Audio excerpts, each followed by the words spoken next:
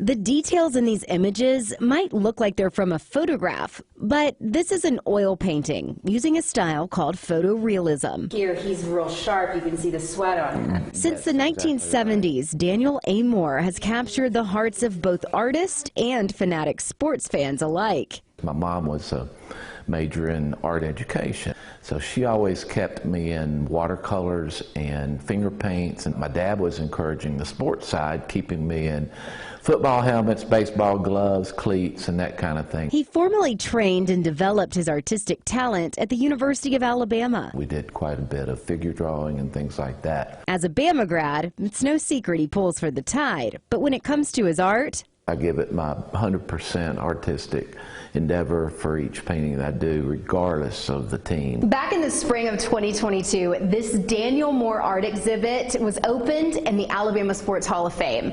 And what's really neat is that right here, 41 original watercolors all depict moments in time in Iron Bowl history.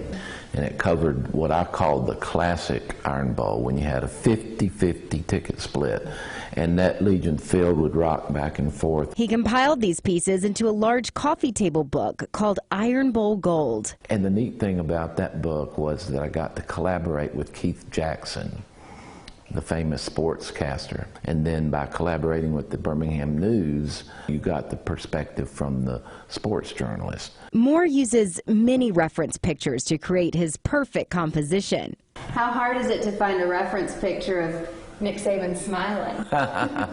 Well, it happens when he wins. He says at first, his work simply starts with an idea. And then followed by a series of small, maybe drawings or whatever, until I get the right composition. When I create these sketches, I really feel like I'm about 90% there. Sometimes he'll even hide some Easter eggs in his work, like significant numbers and faces. In this painting called The Crimson Tradition, he had an extra special idea. That I didn't know if I was going to do, because I didn't want it to be like, okay, he's just playing Where's Waldo in this thing, right? But I did think that as Coach Saban was lifting the Crystal Trophy, I wanted him to honor the 4 coaches that came before him as national championship coaches.